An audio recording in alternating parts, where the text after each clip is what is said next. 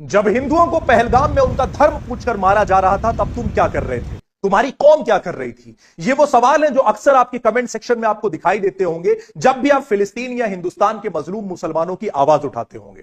मैं बताता हूं कि मैं और मेरी कौम क्या कर रही थी। मेरी कौम का आदिल हुसैन उन आतंकवादियों से लड़ते हुए उस दिन शहादत दे रहा था।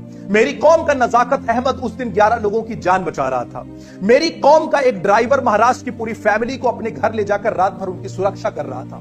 मेरी कौम का इकबाल उस पहलगाम के एक विक्टिम की बीवी और बच्चों की रात भर सुरक्षा कर रहा था। मेरी कौम का सज्जाद अहमद भट्ट लोगों को अपनी पीठ पर लाद कर दौड़ता हुआ उनको बचाने की कोशिश कर रहा था। मेरी कौम के लोग वहां पर दिन रात हॉस्पिटल्स में उनके सर्वाइवल्स की मदद कर रहे थे।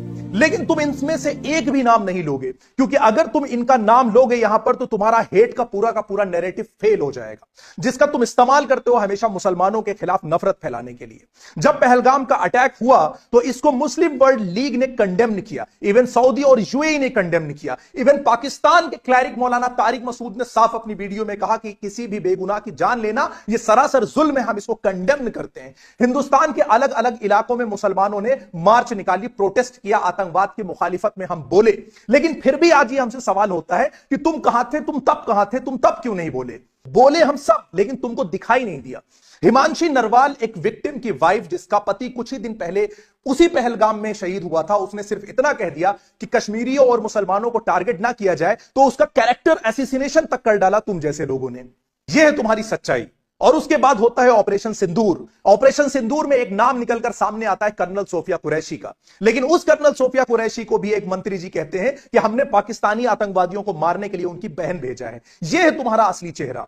उसके बाद एक और नाम हाईलाइट होता है असदुद्दीन ओवैसी का, वो इंसान जिसने पूरी दुनिया में हिंदुस्तान के पक्ष को रखा, पाकिस्तान को जलील किया, आतंकवाद के खिलाफ बोला, लेकिन वो इंसान आज भी आपकी नजर में कट्टरपंथी है। क्यों? क्योंकि उसके सर पे टोपी और चेहरे पे दाढ़ी है। यह है तुम्हारी सच्चाई, क्योंकि तुम कभी सच या हक देखना ही नहीं चाहते हो। तुम्हारा नैरेटिव वहां पे फेल हो जाता है जहां पर किसी मुसलमान का नाम आगे आ जाता है। इसलिए हमेशा तुम जहां पर गलत मुसलमान होते हैं, आतंकी होते हैं, तुम उनको हाईलाइट कर कर अपनी नफरत की आइडियोलॉजी को आगे बढ़ाते हो। यही तुम्हारी सच्चाई है। और मैं मुसलमानों से बताता हूं कि स्टॉप बीइंग डिफेंसिव।